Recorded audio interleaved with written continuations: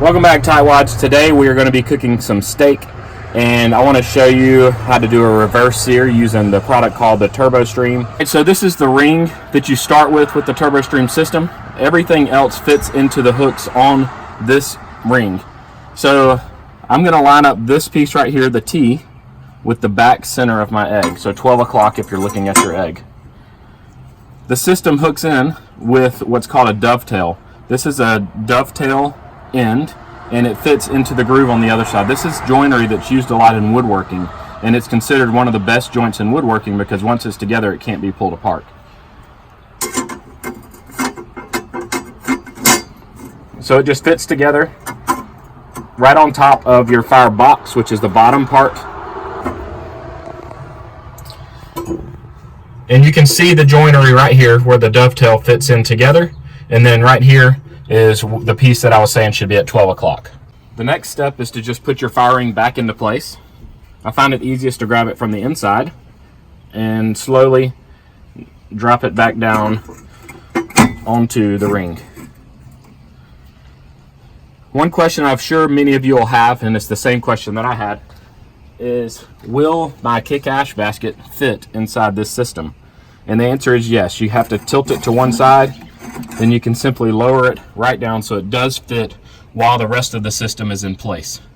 Now that I have the ring in, you'll see that there are tabs all around it, and that's what holds all the other components of the TurboStream system. I want to go ahead and show you all the parts of the system. The first part is the divider, and it slides easily right down in the center. And this actually divides your firebox in half. So if you only want to cook on one side of the grill, you can just fill up one side with coals, and you can just cook on one side. The next feature of the TurboStream is the basket. It's kind of a raised grid basket, and it slides in, and you can cook a little closer to the coals. It's only a couple of inches away from where your grate would sit. So you're cooking closer to the coals, getting hotter temperatures for searing. And the part I'm going to be using today is the indirect heat deflector. You can see it has fins to let some of the heat through, and it simply goes in like this and covers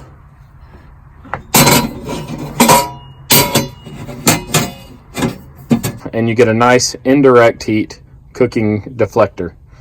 Another cool feature of these is that your standard ash tool slips into the grate, so when it's hot and you want to remove one, you can lift it right out and set it off to the side without having to use your gloves. So I've added my lump almost to the top of the firebox, just below the ring here. Make sure my lower vent is all the way open. My upper vent is all the way open. I'm going to use one of these tumbleweeds made by Fogo and shove it down in there and go ahead and light it.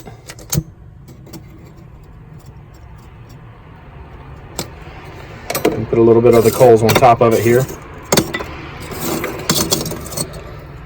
And that's how I'm going to get my charcoal started. I'll leave it open for 3 or 4 minutes, and then I'll come back and close it down and let it get a good fire started, and then we'll start adjusting grates and getting our heat deflectors installed. Now that I have a pretty good fire going, I'm going to use my ash tool to insert the heat deflector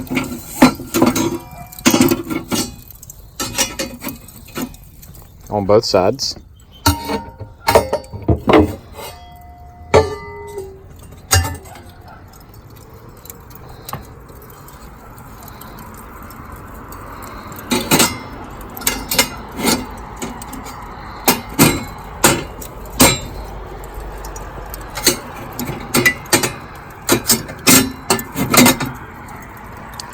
And I'm going to close the egg and try to get it dialed in for steaks around 250, because I'm going to do a reverse sear, so somewhere between 200 and 250.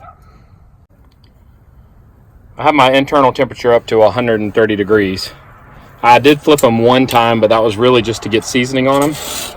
And now I'm going to take off the steaks. And typically I would remove the heat shield and get the grill up to 500 or 600 degrees. So right now I'm going to go ahead and show you how that would happen, and then I'm going to show you what I did to cheat just a little bit. So once again, using the ash tool, I can lift these easily out. I don't have to get my gloves out to do this. I'm going to move this grate to the other side. Just flip it around here.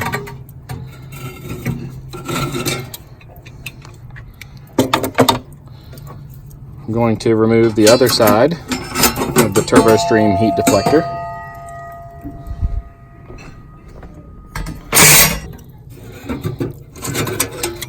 I replaced my cast iron grate, and typically I would now close the egg, open it up completely by taking the cap off, and open the bottom completely.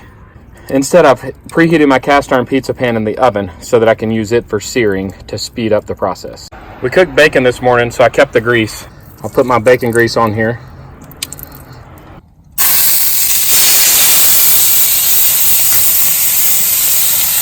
And you lay your steaks on to sear them for about 1 minute on each side.